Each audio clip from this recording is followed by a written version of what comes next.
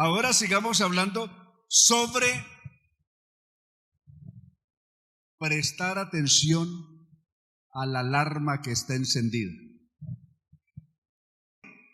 Entonces veamos por qué y cómo sustentamos o hacemos una adecuada defensa o apologética de la segunda venida del Señor. ¿Les parece? En esta partecita hagamos eso. ¿Estamos ahí? ¿Por qué esperamos la segunda venida del Señor y cómo demostrarlo? En primer lugar, no partimos de palabras de una organización ni de un hombre, partimos de las mismas palabras de Jesús, que es el que viene finalmente otra vez. Evangelio según San Juan capítulo 14, Jesús comenzó diciendo, San Juan 14:1 comienza diciendo, no se turbe vuestro corazón ni tenga miedo. Creéis en Dios, creed también en mí. En la casa de mi Padre, ¿qué hay? Muchas moradas hay. Si así no fuera, yo se los hubiera dicho antes, voy pues a preparar lugar para vosotros, y si me fuera y les prepararé lugar, vendré otra vez. ¿Qué es lo que él dijo? ¿Cuántas veces vendrá?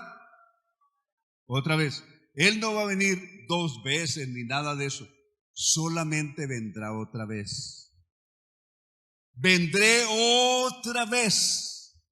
Y os tomaré a mí mismo para que donde yo estoy, vosotros también vendré otra vez. Si dijo otra, es porque ya había habido una primera venida, porque no hay otra si no hay una primera. Otra es un 2. Y antes del 2 está el 1. ¿Sí o no? Si dijo otra vez, es porque ya estaba haciendo alusión a su primera venida. ¿Cuál fue su primera venida? ¿Cuál fue su primera venida? Alabanzas a Dios. Su primera venida fue aquella que comenzó en el seno de María, tiene su introducción en el mundo a partir de Belén. Hebreos capítulo 1, verso 5 en adelante, cuando introduce a su primogénito en el mundo, dice, adórenle todos los ángeles de Dios. ¿Cuándo se introdujo en el mundo? A partir de María y en su nacimiento en Belén. Ahí se introdujo en el mundo. Esa introducción en el mundo se fue hasta la resurrección de entre los muertos. Pasó por el Calvario y llegó a la resurrección. Ya en en Juan 16:28 dice, si me voy a donde estaba primero. Está hablando de volver a donde estaba primero. Vine al mundo, estuve en el mundo, ahora dejo el mundo y vuelvo al Padre. Es decir, el Padre no es una persona, el Padre es un estado de Él mismo, es decir, en su divinidad. Cuando dice vuelvo al Padre, no está diciendo que va a ir donde otro, porque el Padre es Él. Deja el mundo donde estuvo como siervo, como hombre, y vuelve a donde estaba primero. ¿Qué pues si vieres al Hijo del Hombre subir a donde estaba primero? San Juan 5:23 o 22 en adelante. Amén. Entonces, he ahí la cuestión. Perdón, San Juan 8:23. Entonces, se introduce en el mundo en su primera venida, entra en el mundo a través de Belén y regresa donde estaba primero, dejando el sepulcro y regresando otra vez en su ascensión gloriosa al cielo. Amén. Esa fue su primera venida. ¿Cómo la describen las Escrituras? Primera de Juan capítulo 3, verso 5. Primera de Juan 3:5. Note lo que él les dijo.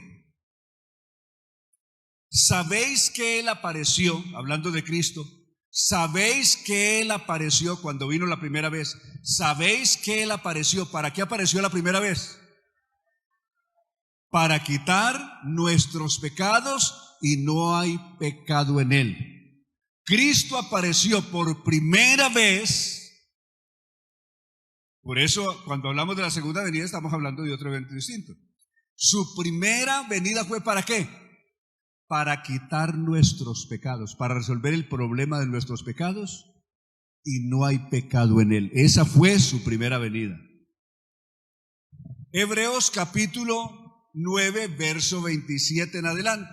Note, Hebreos 9, 27 nos sigue hablando de su primera venida y su para qué, y nos habla de su segunda venida y por qué, y de la manera que está establecido para los hombres que mueran una sola vez y después el juicio. Así también Cristo fue ofrecido una sola vez. ¿Para qué? Para llevar los pecados de muchos. Eso fue en su primera venida. Y aparecerá por segunda vez, ya sin relación con el pecado. ¿Para qué aparecerá por segunda vez? Para salvar a los que le esperan. ¿Cuánto le estamos esperando? En su primera venida resolvió el problema de nuestro pecado. Amén. Llamará su nombre Jesús porque Él salvará al pueblo de sus pecados. Mateo 1:21. Su primera venida fue para eso. Pero su segunda venida ya no tiene relación con el pecado, porque se da por hecho que nuestros pecados ya lo resolvió. Nuestra segunda venida es para la salvación definitiva, es decir, extraernos de esta tierra para estar definitivamente con Él por toda la eternidad. Alabanzas a Dios. ¿Lo ven cómo es el asunto? Entonces, esa es su primera venida, y por eso Jesús dice, vendré otra vez, es porque había habido una primera venida. ¿Ya? Y ya vimos las razones y la justificación de la primera venida. Ahora hablemos concretamente de su segunda venida y qué sustento bíblico le podemos dar a la segunda venida, a los que esperamos la segunda venida. ¿Por qué hay que sustentar la segunda venida? Porque hay una cantidad de habladores y de necios que se han levantado para buscar con argumentos destruir esta esperanza que tenemos. Una de las cosas, de los ataques más terribles del enemigo, no es que envíe dardos y argumentos por allí o por allá, sino buscar desprestigiar al otro. En la demagogia política se ve, cuando un político de pronto se ve por debajo en las encuestas, para una elección cualquiera en cualquier lado, ¿a qué recurre? Recurre a buscar desprestigiar al otro. Ese otro es un torpe, ese otro es esto, ese otro es aquello, ese otro es un nazi, es un fascista, es lo que quiera. Buscar desprestigiarlo. Cuando no le han funcionado sus estrategias, ni sus argumentos, ni su ideología política, cuando todo eso le ha fracasado, busca entonces desprestigiar la conducta del otro. Esa estrategia, el padre de esa estrategia es Satanás. Satanás vive desprestigiando todo lo de Dios. Sí. Satanás no tiene argumento ni fuerza para luchar contra Dios. Entonces, ¿a qué recurre? A mentiras para desprestigiar lo de Dios. ¿Cuál es el arma fuerte de Satanás en su lucha contra Dios? La mentira. ¿Recuerdan San Juan 8:44? Cuando Jesús, hablando con algunos, dijo: vosotros de vuestro padre el diablo sois, y las obras de vuestro padre queréis hacer.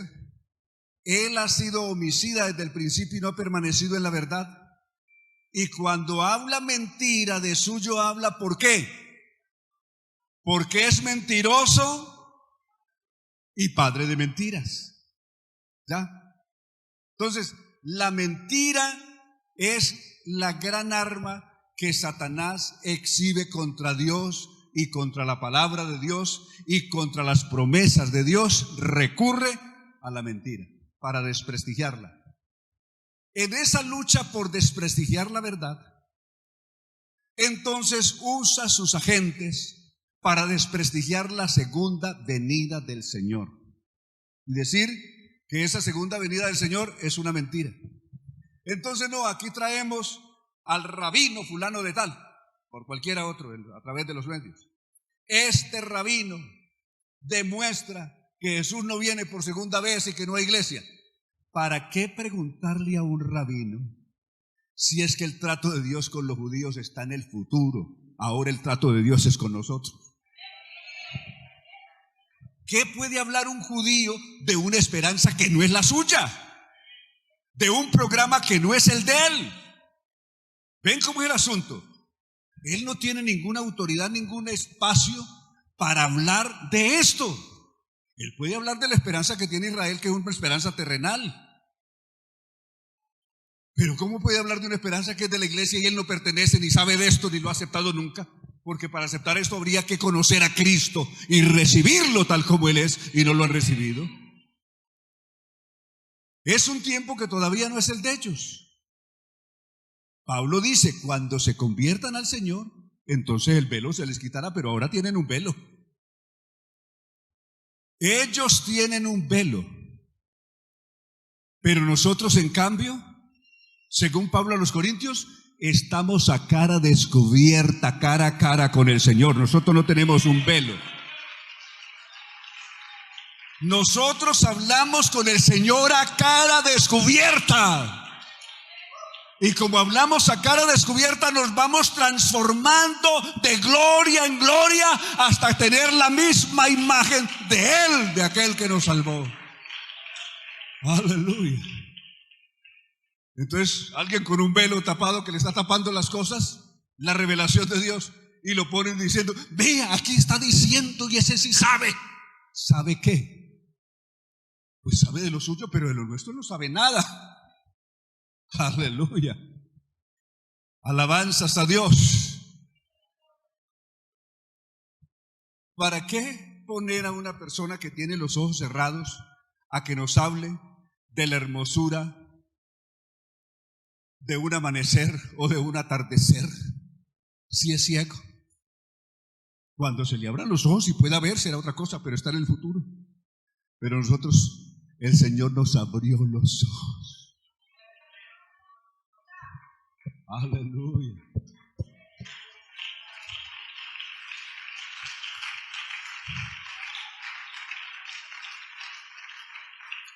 Aleluya. Por eso viene, esto profetizó el Espíritu Santo a través de Pedro. Segunda de Pedro, capítulo 3, del verso 1 en adelante. Segunda de Pedro, capítulo 3, el Espíritu Santo nos profetizó este tiempo que estamos viviendo, donde cantidad incluso de predicadores que se dicen cristianos desprestigian la segunda venida del Señor. Son enemigos de la venida del Señor. Observe, ¿qué dijo Pedro? Vosotros sois segunda de Pedro, capítulo 3, el verso 1 en adelante. Amados, esta es la segunda carta que os escribo, y en ambas despierto con exhortación vuestro limpio entendimiento. ¿Para qué? Para que tengáis memoria de las palabras que antes han sido dichas por los santos profetas y del mandamiento del Señor y Salvador dado por vuestros apóstoles. Verso 3, observe. Sabiendo primero esto, que en los postreros días vendrán ¿qué? Esos postreros días es este tiempo en que vivimos, es decir, los últimos días. Burladores andando según sus propias concupiscencias, es decir, no es que muestran espiritualidad para nada, sino que viven según los deseos de su carne. Y diciendo, Esta gente que no tiene el Espíritu de Dios, sino que tiene activado es su carnalidad, diciendo, ¿dónde está la promesa de su advenimiento? Es decir, de su segunda venida. Porque los días que los padres durmieron, todas las cosas permanecen así como desde el principio de la creación. Verso siguiente, dice Pedro, estos ignoran voluntariamente, son los ignorantes voluntarios, que en el tiempo antiguo fueron hechos por la palabra de Dios, ¿qué? Los cielos y también la tierra que proviene del agua y por el agua subsiste. Por lo cual el mundo de entonces, ¿qué pasó con él? Pereció, anegado en agua. Pero los cielos y la tierra que existen ahora están reservados, ¿por qué? Por la misma palabra, guardados, ¿para qué? Para el juego en el día del juicio de la perdición de los hombres impíos. Mas, oh amados, no ignoréis esto. ¿Qué no se puede ignorar? ¿Qué no puede ignorar la iglesia? Hay algo que la iglesia no puede ignorar. Muchas cosas que la iglesia no puede ignorar, ya veremos otras. Esta, no ignoréis esto, que para con el Señor un día es como 1000 años y 1000 años es como un día. Pero el Señor no retarda su promesa. La nieguen, no la crean, no la esperen, eso no impide que Jesús vuelva. Si el mundo cree, Jesús viene, y si no cree, igual viene. Alabanzas a Dios, eso no depende del capricho religioso de la gente.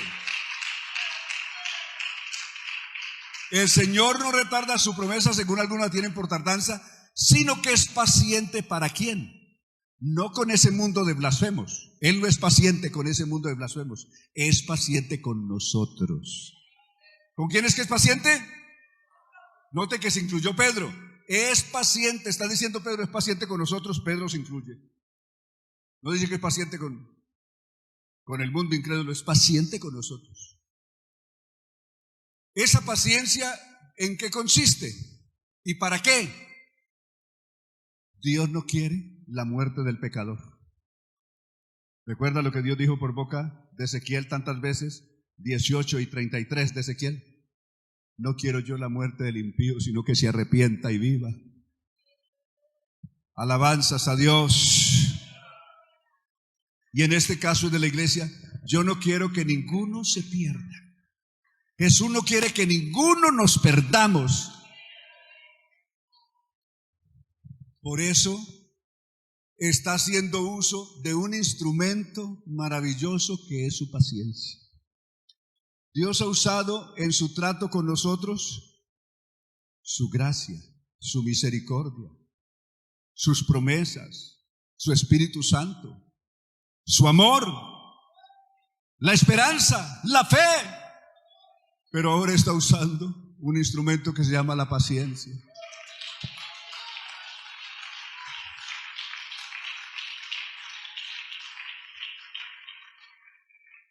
¿Por qué ese instrumento? Porque el tiempo se nos cumplió a nosotros ya en la tierra. ¿Sabe que ya nuestro tiempo se cumplió? Que dependemos de esa paciencia. Ya todas las profecías que anunciaban la venida del Señor se cumplieron. Estamos dependiendo de ese espaciecito que se llama paciencia de Dios. Pero toda paciencia tiene un límite, incluyendo las de Dios. En esa paciencia, ¿qué es lo que Dios está esperando? Que todos nos arrepintamos de verdad. Que todos procedamos a un verdadero arrepentimiento. Aleluya. Eso es lo que el Señor está esperando. ¿Lo sabía? Pero que vendrá, vendrá. Por eso el verso 10 dice, pero, es decir, niéguenla, todos los negacionistas que hay que niegan la venida del Señor, niéguenla, créanla o no la esperen. El día del Señor vendrá de todos modos, como ladrón en la noche, en el cual ese día los cielos pasarán con grande estruendo y los elementos ardiendo serán deshechos y la tierra y las obras que en ella hay serán quemadas. Aleluya. Puesto que todas estas cosas han de ser deshechas, note lo que dice. ¿Cómo no debéis vosotros andar en santa y piadosa manera de vivir? Esperando y apresurándonos para la venida del día de Dios, en el cual los cielos, encendiéndose, serán deshechos. Y los elementos ardiendo, ¿qué pasará con ellos? Serán quemados y se fundirán. Pero nosotros, iglesia, esperamos según sus promesas, cielo nuevo y tierra nueva, en los cuales mora la justicia.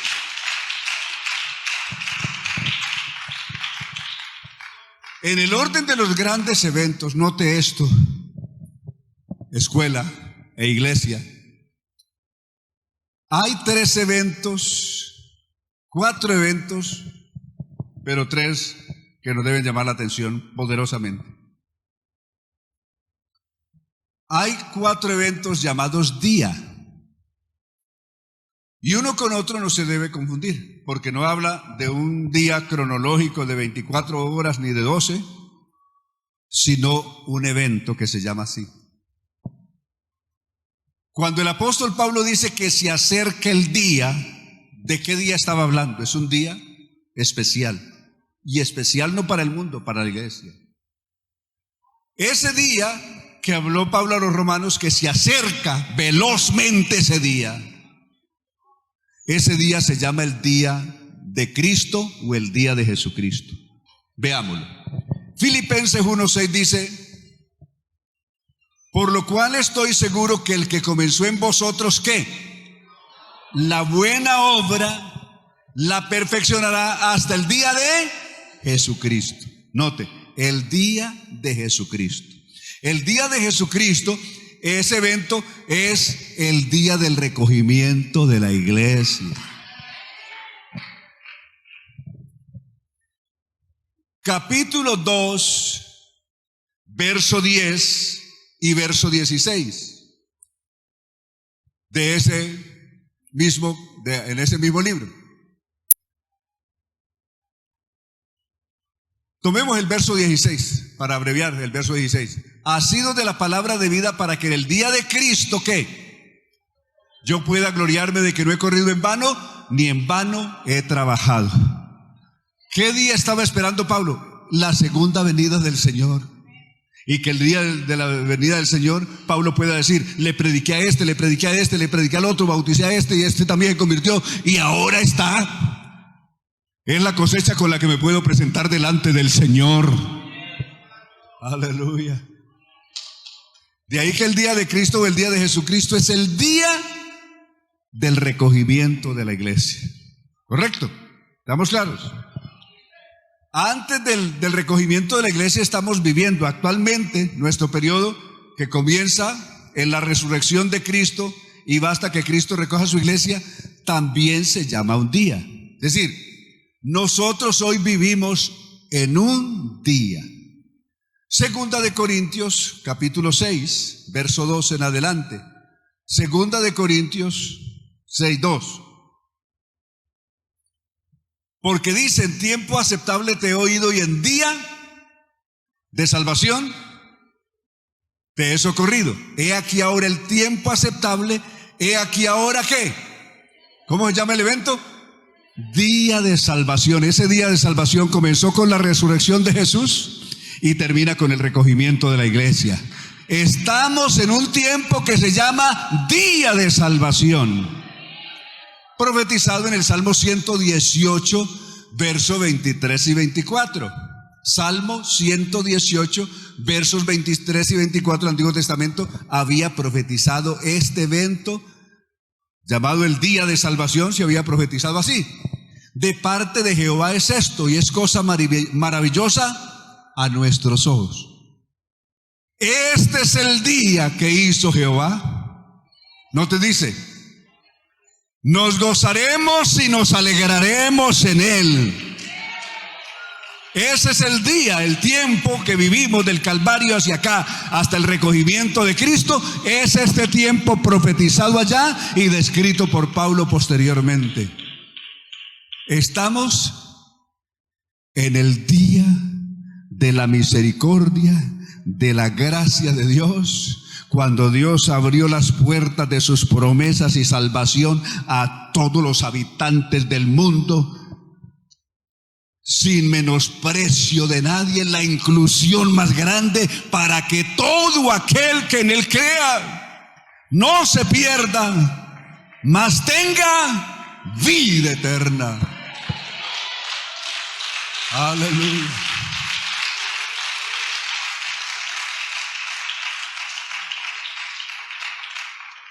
Alabanzas al Señor. Entonces, estamos en ese tiempo. Estamos en ese día. ¿Cómo se llama el día en que estamos? Este día, de ese día ya estamos en la noche de ese día, porque cada día trae una noche. De ese día de salvación ya estamos en la noche.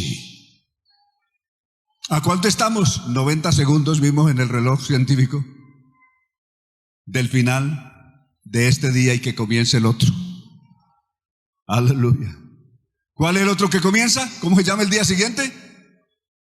El día de Jesucristo, que es el recogimiento de la iglesia, ¿de acuerdo? Termina el día de salvación y sigue el día de Jesucristo, que es el recogimiento de la iglesia. Cierra el día de Jesucristo y comienza el día del Señor.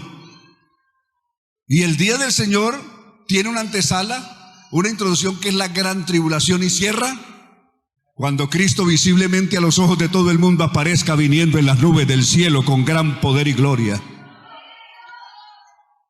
Descrito en 2 de Tesalonicenses capítulo 2, verso 1 en adelante. Con respecto a la venida de nuestro Señor Jesucristo y nuestra reunión con Él. Aquí está el orden de los eventos. ¿Qué es lo primero para la iglesia? Lo primero que hay en el plan de Dios es que nosotros, la iglesia, nos reunamos con Él. ¿Dónde será nuestra reunión con Él? 1 Tesalonicenses 4:16, porque el Señor mismo con voz de mando, con voz de arcángel y con trompeta de Dios descenderá del cielo, y los muertos en Cristo resucitarán primero.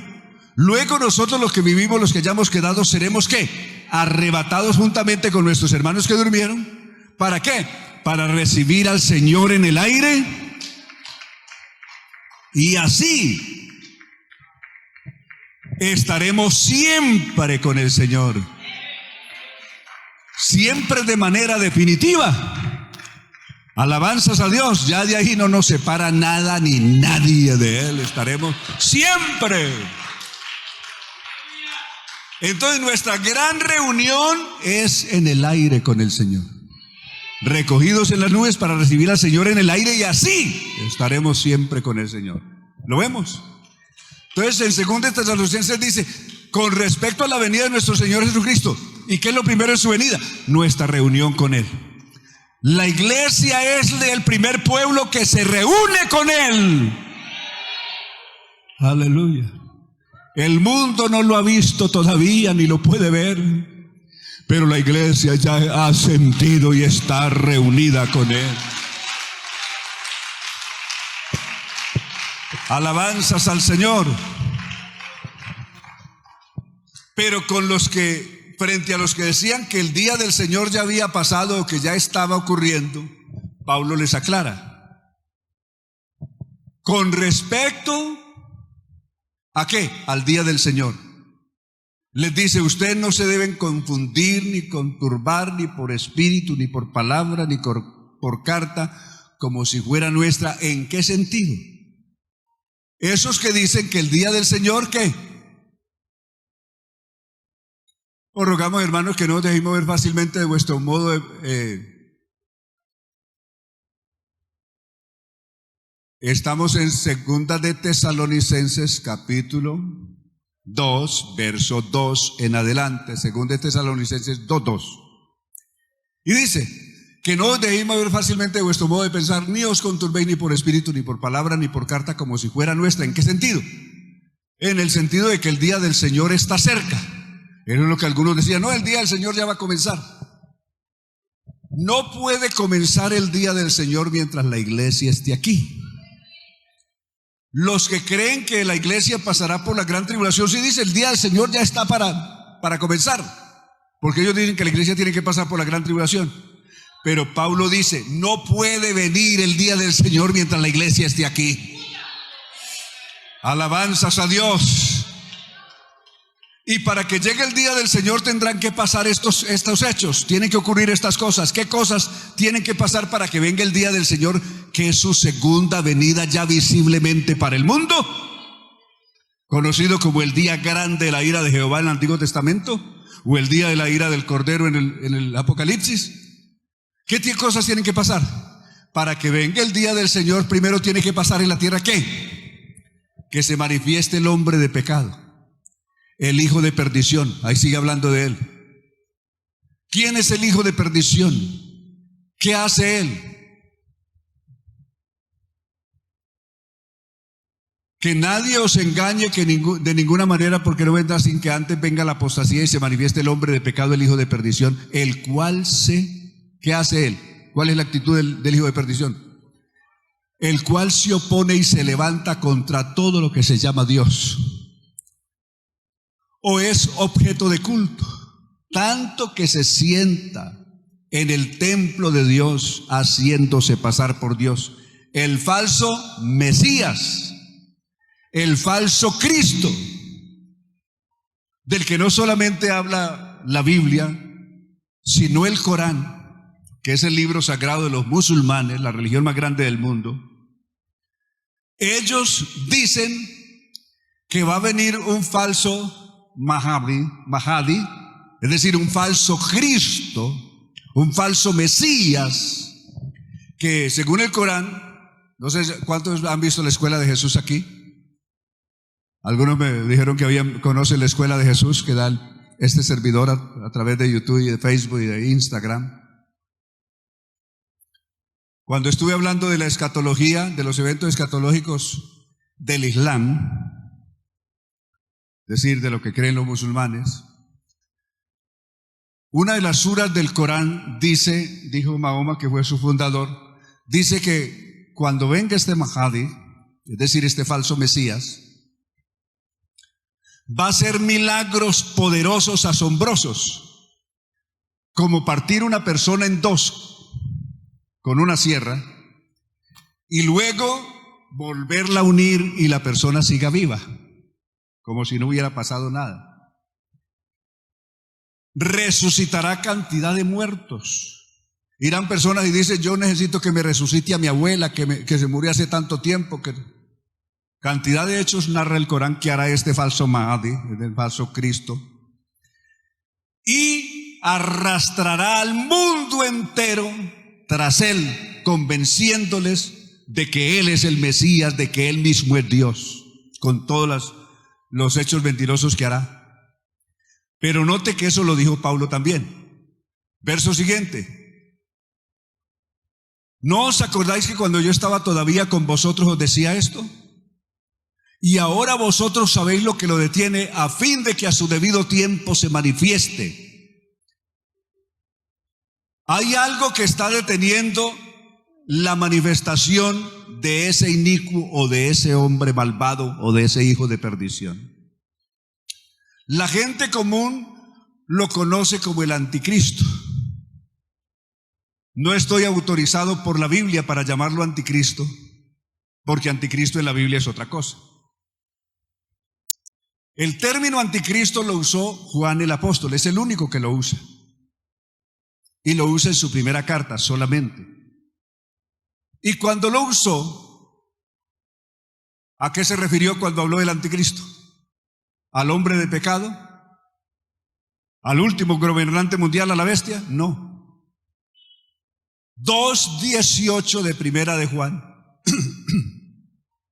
2:18.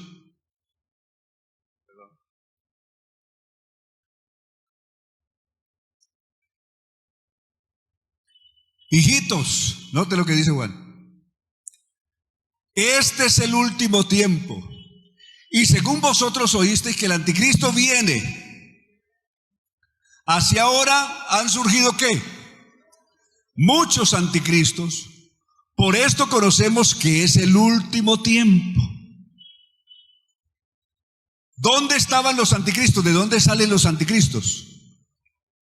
El hombre de pecado viene por acción de Satanás. Pero estos anticristos, ¿dónde estaban? Estaban entre nosotros. ¿Salieron de dónde salieron los anticristos? Salieron de nosotros. Pero no eran de nosotros. Porque si hubieran sido de nosotros, habrían permanecido con nosotros. Pero salieron de nosotros para que se manifestase de que no todos son de nosotros.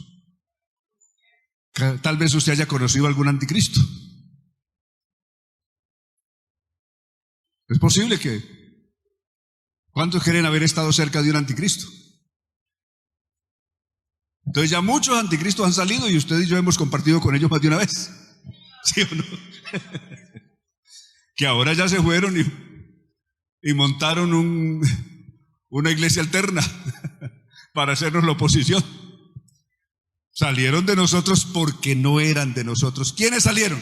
Los anticristos. Entonces cuando Juan usa esa figura anticristo, la usa para eso. Él mismo dice para qué la usó. Cuando la Biblia refiere al último gran gobernante mundial, lo llama el hijo de perdición. Lo llama el inicuo, lo llama el malvado, lo llama el desolador, el impío, otra cantidad de títulos, pero no lo llama anticristo, ya, al último gobernante mundial. Entonces eso quería, volviendo a 2 Tesalonicenses 2:7, 2:7, 2 Tesalonicenses, volver allí. Pero vosotros, porque ya está en acción el misterio de la iniquidad, solo que hay alguien que al presente lo detiene. ¿Qué está deteniendo la manifestación del hombre de pecado? La iglesia.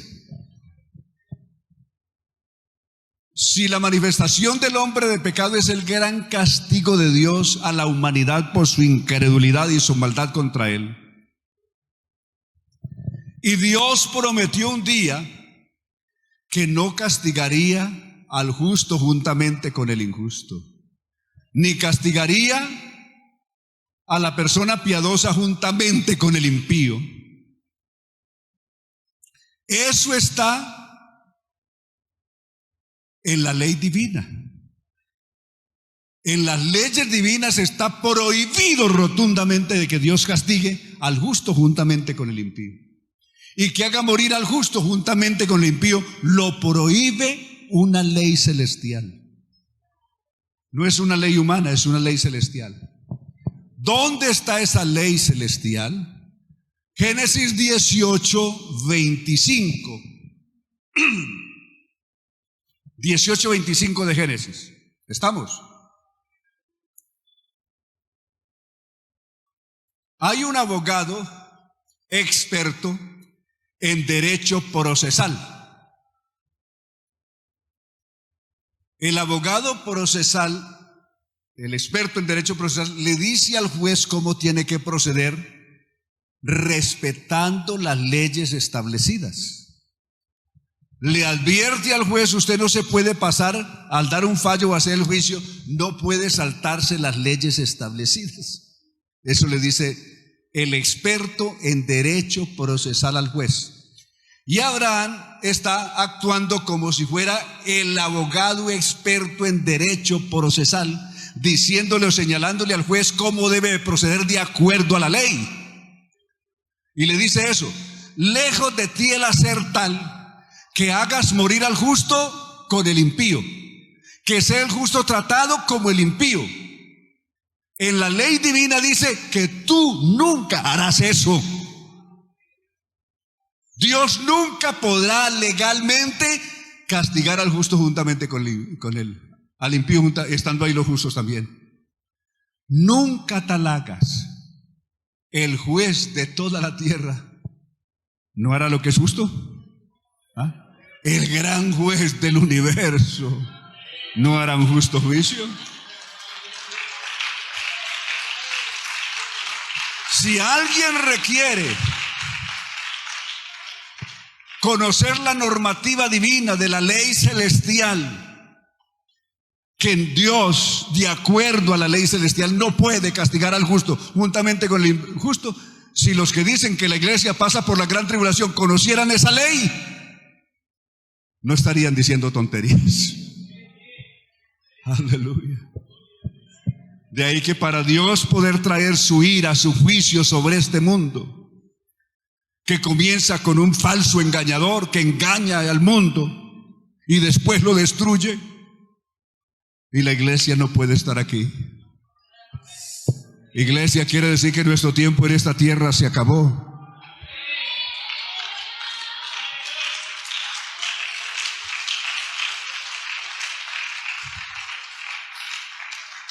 Por eso es lo que lo está deteniendo.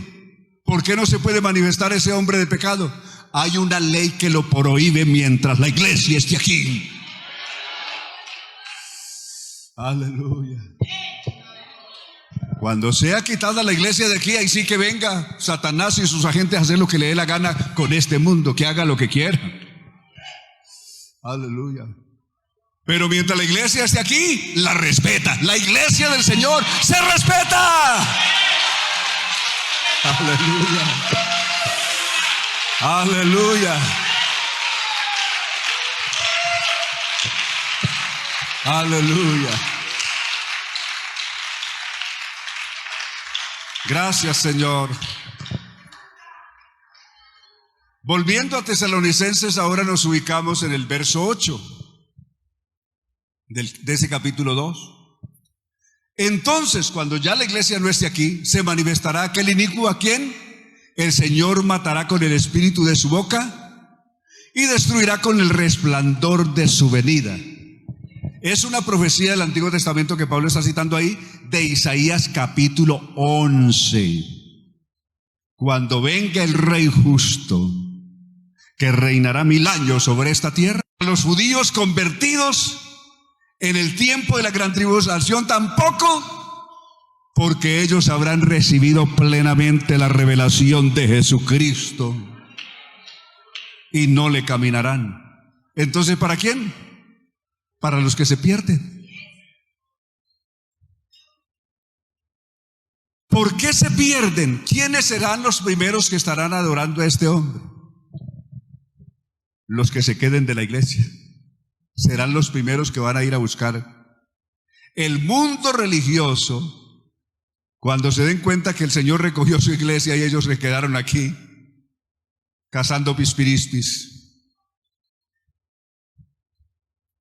Entonces, va a comenzar un desespero mundial. Y va a haber aparentemente un despertar religioso en el mundo. Ellos no van a aceptar nunca de que el Señor recogió su iglesia. Van a buscar cantidad de explicaciones razonables, diciendo: el Señor no se ha llevado su iglesia para ninguna parte. El Señor vino y en alguna parte de aquí la tierra tiene escondidos a un grupo, pero el Señor tiene que estar por aquí en la tierra en alguna parte. Y de pronto comienzan a decir que está en Jerusalén, que lo vieron en Jerusalén.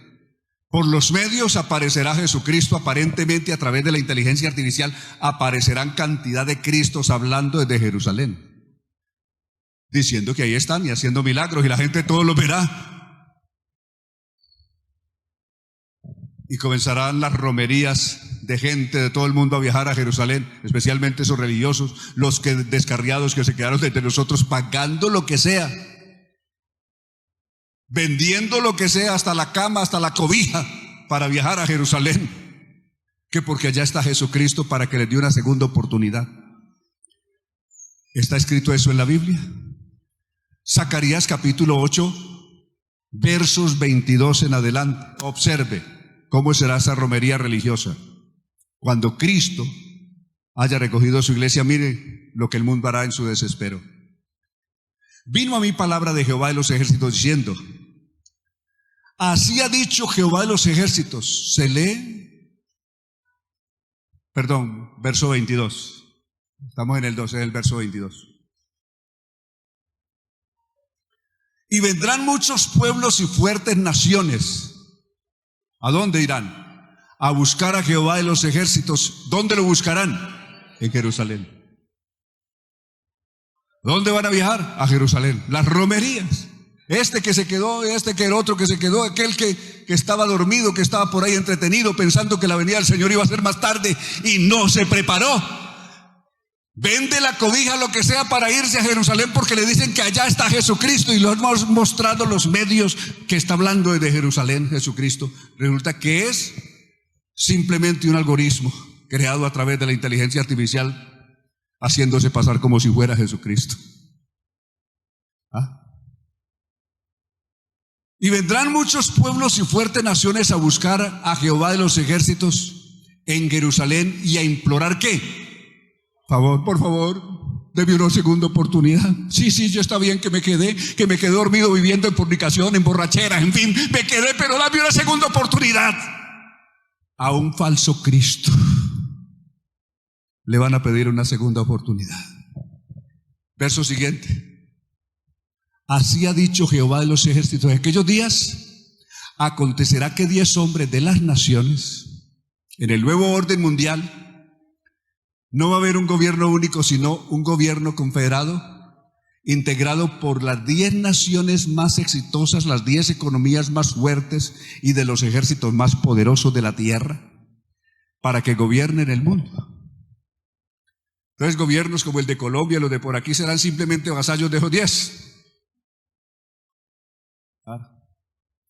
Como fue el antiguo imperio romano. Cada país conquistado por los romanos seguía siendo reino y seguía teniendo ahí su rey, pero ese rey tenía que gobernar bajo las órdenes que le llegaran de Roma. 10 reyes gobernarán el mundo,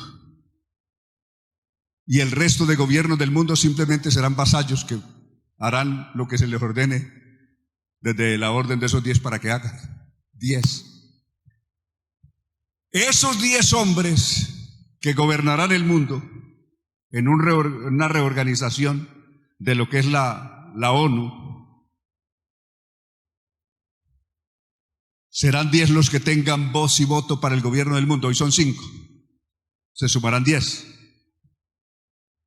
¿Saben quiénes conforman el denominado Consejo de Seguridad de las Naciones Unidas? ¿Cuántos países? 5. ¿Cuáles son los 5 que determinan si hay guerra en el mundo o no hay guerra, o si pueden vetar las guerras o no vetarlas, si pueden declarar la guerra o no declararla? 5. ¿Ustedes lo sabían? ¿Cuáles son los 5? Tenemos Estados Unidos, tenemos a China, tenemos a Rusia, y por Europa tenemos 2. Tenemos Inglaterra y tenemos Francia. Esos son los 5 países que se conocen en la organización de hoy de las Naciones Unidas como el Consejo de Seguridad de las Naciones Unidas. 5. La idea es aumentarlos a 10, pero darles mayor dominio, que decidan todo lo de las naciones del mundo, en su parte económica, en su parte religiosa, en su parte política, todo.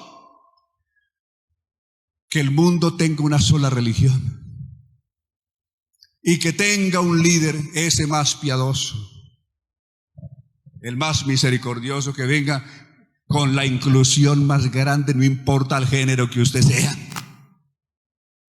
Y si son del otro género, con mayor razón, venga. Ese será el falso profeta. ¿Qué tal le parece? Una figurita ahí que usted no sabe, pertenece a los Reyes. Imagínense. Terrible.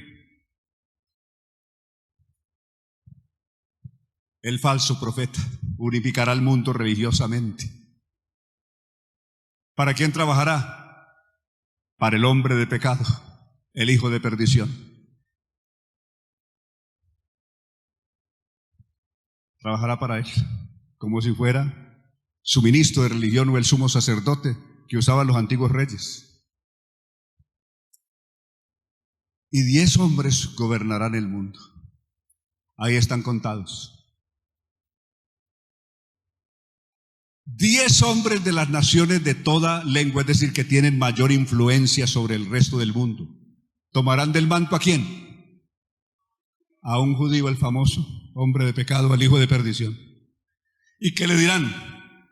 Iremos con vosotros, ¿por qué? Porque hemos oído que Dios está con vosotros. Apocalipsis capítulo 17, verso 12. 17, 12 de Apocalipsis. Los 10 cuernos que has visto son 10 reyes, que aún no han recibido reino, pero por una hora recibirán autoridad como reyes juntamente con la bestia. Recibirán por un corto periodo de tiempo autoridad juntamente con la bestia. ¿Qué propósito tendrán? Verso siguiente, 13. Estos reciben el mando de todas las naciones y lo van a endosar. Estos tienen un propósito: entregarán su poder y su autoridad a la bestia. Es decir, en vez de gobernar ellos, le endosarán la autoridad y su gobierno a que un solo hombre los gobierne a todos. Entregarán su poder y su autoridad a la bestia. Entonces, cuando este hombre de pecado, el último gobernante mundial, reciba todo ese poder de los que tienen la autoridad mundial, de los 10, dirá: ahora sí llegó el momento. Se siente en el templo de Dios haciéndose pasar por Dios, cancela todos los demás cultos que se ofrezcan a Dios o a dioses, y todo el mundo lo tendrá que adorar a Él. Declarará la guerra religiosa más grande jamás habida contra todo el que invoque o mencione cualquier otro Dios, incluyendo al Dios verdadero. Y como para esa altura el Dios que más se mencionará será el Cordero, pelearán contra el Cordero, y el Cordero los vencerá, porque Él es Rey de reyes y Señor de señores. Aleluya. Alabanzas a Dios. ¿Lo ven cómo es? ¿Cómo funciona el asunto? Aleluya. Pero iglesia, para que esto pase, que ya comenzó a pasar, necesitamos salir de aquí. Urgentemente, iglesia, necesitamos salir de aquí.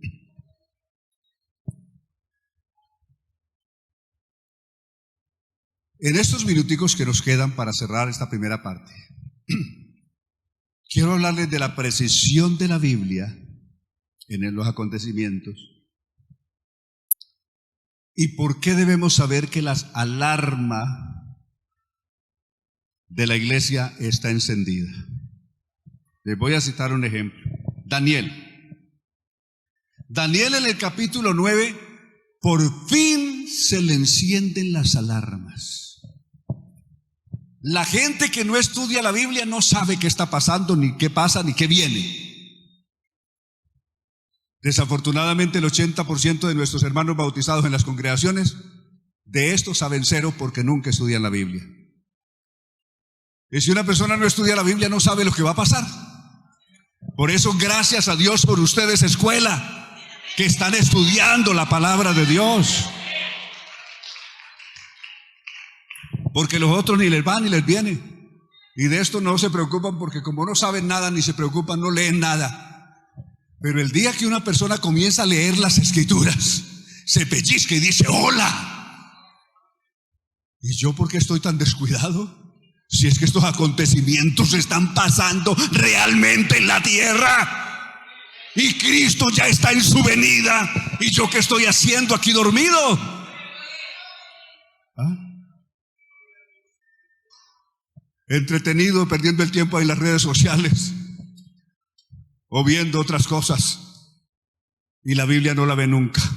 Hay poder en el nombre de Jesús. Se le despertó un día el espíritu a Daniel y comenzó a leer las Escrituras. Había estado ocupado en los negocios de Babilonia, por allí y por allá, de consejero de los varios reyes. Pero un día se le encendió la lamparita y dice: voy a estudiar la Biblia, voy a estudiar las Escrituras. Y tomó una copia del libro de Ezequiel, que Jeremías había dado a través de Baruch, su secretario, había escrito este libro y se lo envió a los que habían sido llevados cautivos a Babilonia. Les envió una copia de su libro con todos los mensajes de Dios. Capítulos 25 y 29 de Jeremías.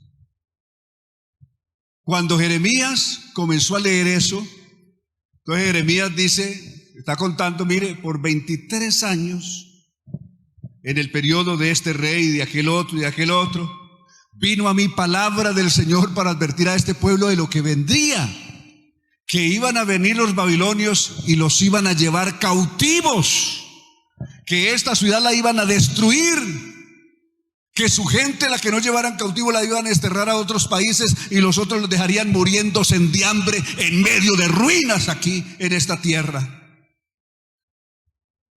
¿Y cuánto tiempo los llevarían ya? Le dijo Dios que estarían 70 años en esa tierra.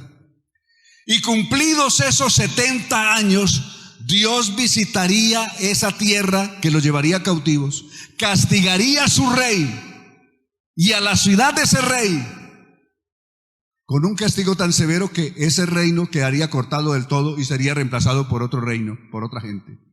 Y esa ciudad que los había llevado cautivos, Babilonia, sería dejada en ruinas para siempre, que jamás volvería a ser reedificada. Jeremías capítulo 25, verso 10 en adelante.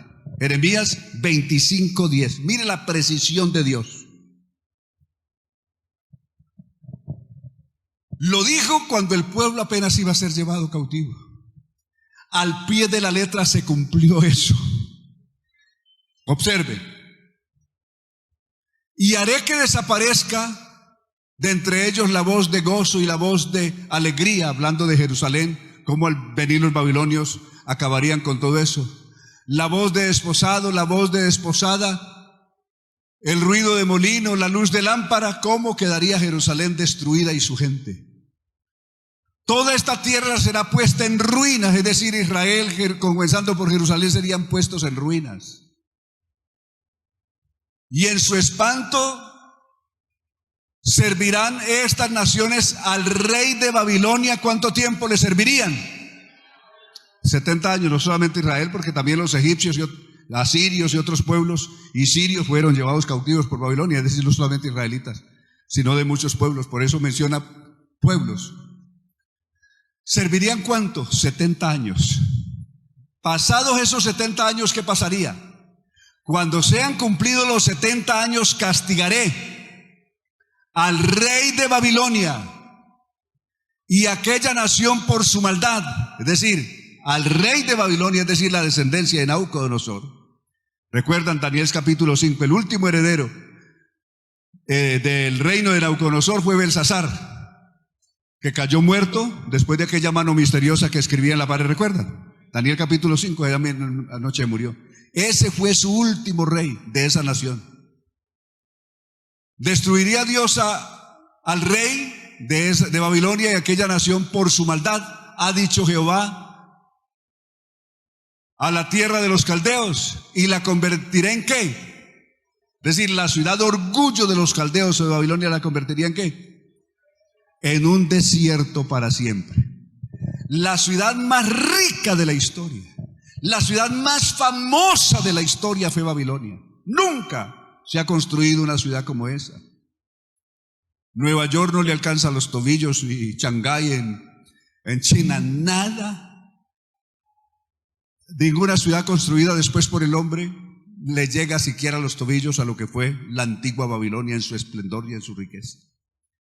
Y esa ciudad, dijo Dios, que la destruiría y la convertiría en un desierto. ¿Para cuánto? Para siempre. ¿Creen que Dios ha cumplido eso? Una imagen de lo que es la Babilonia actual. De cómo nos muestra una imagen de qué hay donde fue la antigua Babilonia. Mirad. 85 kilómetros al sur de la ciudad de Bagdad, actual capital de Irak, queda este lugar. La antigua ciudad de Babilonia fue famosa por sus jardines gigantes. Es declarada finalmente patrimonio de la humanidad. Eso es lo que queda hoy. Bajemos el documento.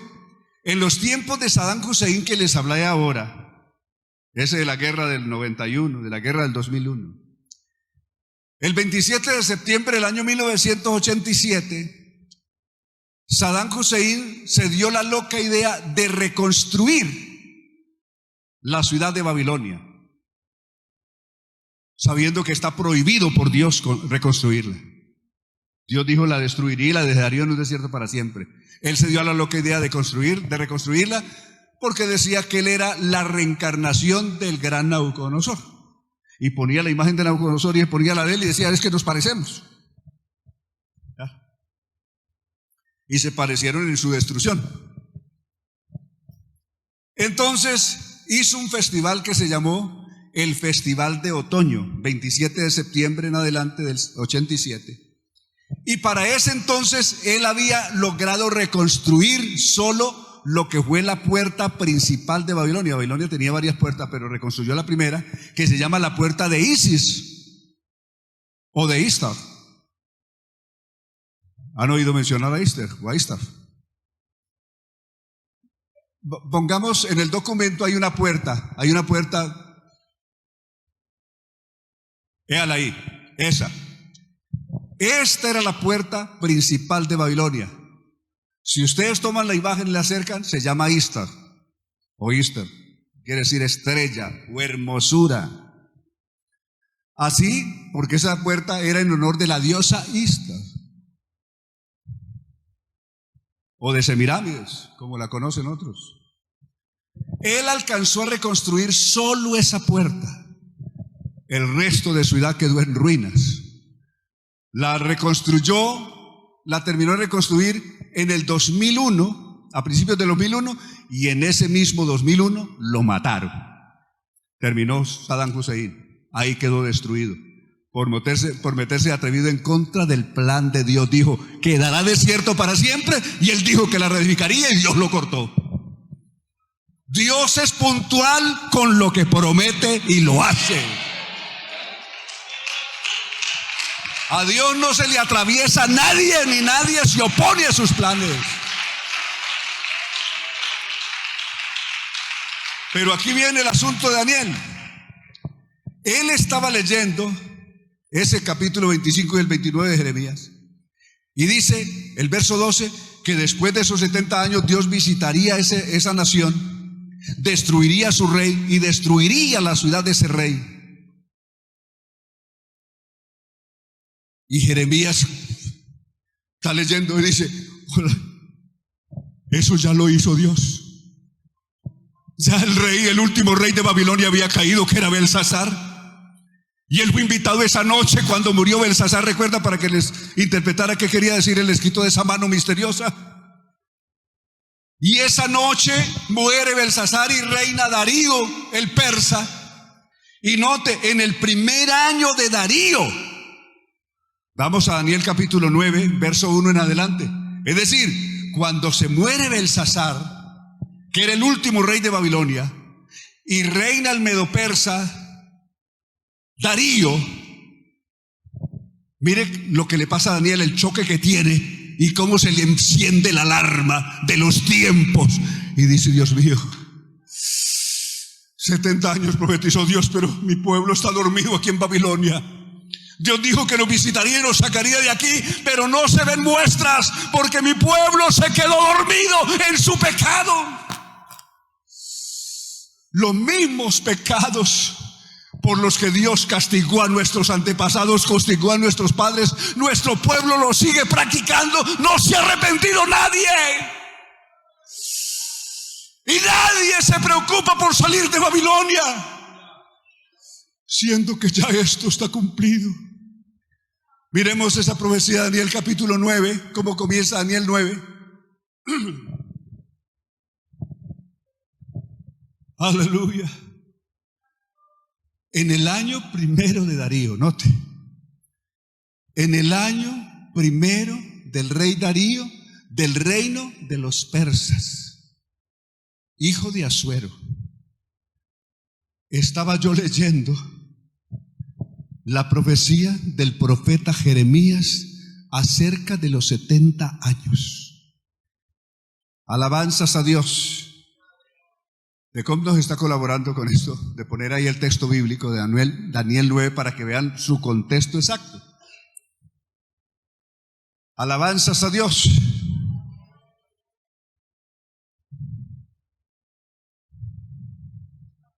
Ya estamos. Note, en el año primero de Darío, es decir, en el año que murió Belsasar, Daniel 5, el último rey de Babilonia, y que reina Darío, capítulo 5 de Daniel, verso 32, reina Darío, el persa. Daniel le da por leer la profecía del libro de Jeremías y descubre lo alarmante. No, dejémoslo ahí. Descubre lo alarmante que es que ya esa profecía de los 70 años se habían cumplido. ¿Qué dijo Dios en el verso 12 del capítulo 25 de Jeremías? Después de los 70 años yo visitaré a esa nación, lo leímos ahora.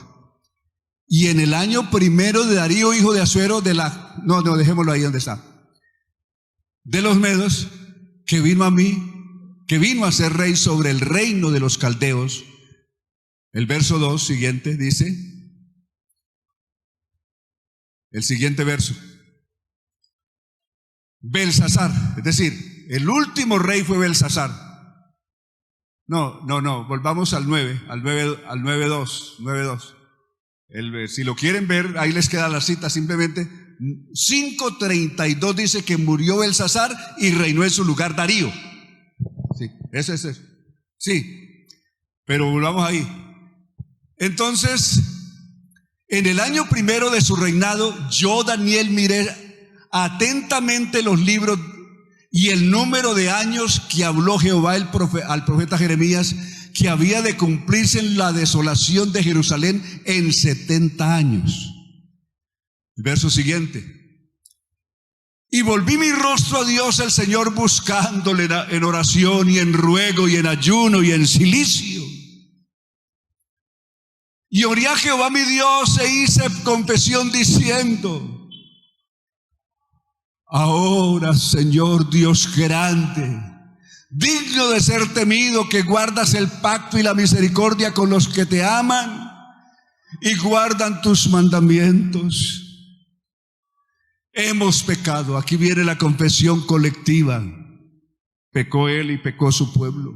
Hemos pecado. Hemos cometido iniquidad. Hemos hecho impíamente. Hemos sido rebeldes y no nos hemos apartado de tus mandamientos y de tus ordenanzas. No hemos obedecido a tus siervos los profetas, que en tu nombre hablaron a nuestros reyes, a nuestros príncipes, a nuestros padres y a todo el pueblo de la tierra. Tuya, Señor, es la justicia. ¿Y qué es nuestro? La confusión de rostro. Porque en el día de hoy lleva todo hombre de Judá, los moradores de Jerusalén y todo Israel, los de cerca y los de lejos, con todas las tierras a donde han sido echados a causa de su rebelión con que se rebelaron contra ti. Oh Jehová, nuestra es la confusión de rostro de nuestros reyes, de nuestros príncipes, de nuestros padres, porque contra ti pecamos. De Jehová nuestro Dios es el tener misericordia y el perdonar, aunque contra ti nos hemos rebelado. No obedecimos la voz de Jehová nuestro Dios para andar en sus leyes que Él puso delante de nosotros por medio de sus siervos los profetas. Todo Israel traspasó tu ley, apartándose para no obedecer a tu voz, por lo cual ha caído sobre nosotros la maldición y el juramento que está escrito en la ley de Moisés, siervo de Dios, aunque contra ti pecamos. Él ha cumplido la palabra que habló contra nosotros y contra nuestros jefes que nos gobernaron, trayendo sobre nosotros tan grande mal, pues nunca fue hecho debajo del cielo nada semejante a lo que se ha hecho contra Jerusalén. Conforme está escrito en la ley de Moisés, todo este mal vino sobre nosotros y no hemos implorado el favor de Jehová nuestro Dios para convertirnos de nuestras maldades y entender tu verdad. Por tanto, Jehová veló sobre el mal y lo trajo sobre nosotros, porque justo es Jehová nuestro Dios en todas sus obras que ha hecho, porque no obedecimos a su voz. Qué triste reconocer. Si nos quedamos en Babilonia del todo y nos perdemos aquí es porque no obedecimos a tu voz. Ahora pues, Señor Dios nuestro, que sacaste a tu pueblo de la tierra de Egipto con mano poderosa e hiciste renombre, cual no lo tiene hoy, hemos pecado, hemos hecho impíamente. Oh Señor, conforme a todos tus actos de justicia, apártese ahora tu ira y tu furor de sobre la ciudad de Jerusalén y tu santo monte, porque a causa de nuestros pecados y por la maldad de nuestros padres, Jerusalén y su pueblo son el oprobio de todos alrededor. Ahora pues, Señor Dios, Dios nuestro, oye la oración de tu siervo y de sus ruegos, y haz que tu rostro resplandezca sobre tu santuario asolado por amor del Señor. Inclina, oh Jehová Dios mío, tu oído y oye. Abre tus ojos y mira nuestras desolaciones y la ciudad sobre la cual es invocado tu nombre, porque no elevamos nuestros ruegos ante ti, confiados en nuestra justicia, sino en tus muchas misericordias. Oye, Señor, oh Señor, perdona. Presta oído, Señor, y hazlo. No tardes por amor de ti mismo, Dios mío, porque tu nombre es invocado sobre esta ciudad y sobre su pueblo. Aún estaba yo hablando y orando y confesando mi pecado y el pecado de mi pueblo Israel, y derramando mi ruego delante de Jehová mi Dios, por el monte santo de mi Dios. Aún estaba hablando en oración cuando vino el varón Gabriel, a quien había visto en la visión al principio volando con presteza, vino a mí como a la hora del sacrificio de la tarde. Paremos hasta ahí. Entonces, cuando Daniel lee ese capítulo 25 y 29 de Jeremías, que ya nosotros leímos el 25, el 29 es semejante, dice, si ya esto se cumplió, es que esta profecía de que después de 70 años visitaría esa nación, la que llevaría la que nos trajo cautivos aquí a esta tierra, y depondría su rey y reinaría otro en su lugar. Y eso ya se cumplió porque era el año de Darío el que había derrocado a Belsasar. Ya se había cumplido eso. Y ya Babilonia había sido convertida en un desierto. Y la capital para ese entonces ya era Susa y no Babilonia, porque dejó de ser capital, porque fue arruinada, convertida en un desierto. ¿Lo ven? Y dice, Dios mío, ¿y ahora aquí qué pasó? Si eso ya se cumplió, ¿por qué nosotros no hemos salido de aquí?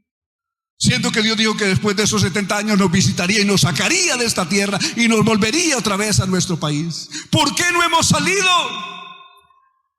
Y nuestros príncipes están dormidos, nuestros gobernantes dormidos, nuestros líderes religiosos dormidos. Nadie se percata y se pellizca y se da cuenta que ya el tiempo se nos cumplió. Aleluya. Todos materializados en Babilonia, con la visión completamente nublada por intereses personales, y se olvidaron de las promesas de Dios. Aleluya. Cuando yo leo ese mensaje de Daniel, teniendo como contexto el 25 y 29 de Jeremías, digo, Dios mío, a Daniel se le encendió la alarma ese día, que no lo dejaba dormir y tuvo que declarar ayuno, humillarse en la presencia de Dios y pedir misericordia por él y por su pueblo que están dormidos. ¿No será que a alguno también en la iglesia se le enciende la alarma hoy al ver todo esto y darnos cuenta que la venida del Señor definitivamente ya se cumplió?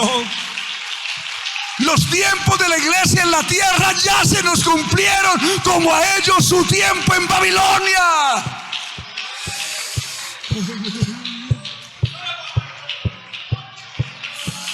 Aleluya.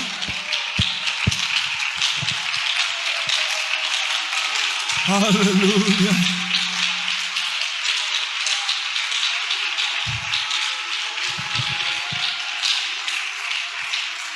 Escuela de Apolos, poderosos en la palabra de Dios. ¿Qué hacemos nosotros? ¿Qué hacemos en medio de un pueblo dormido, de una iglesia dormida?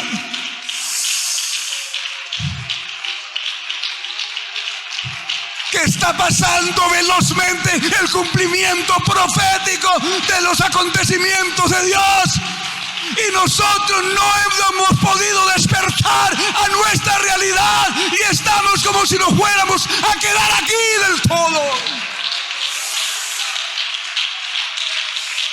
Iglesia, por favor, dígame qué hacemos. Pastores, dígame qué hacemos. Si como Daniel las profecías se cumplieron y estamos dormidos.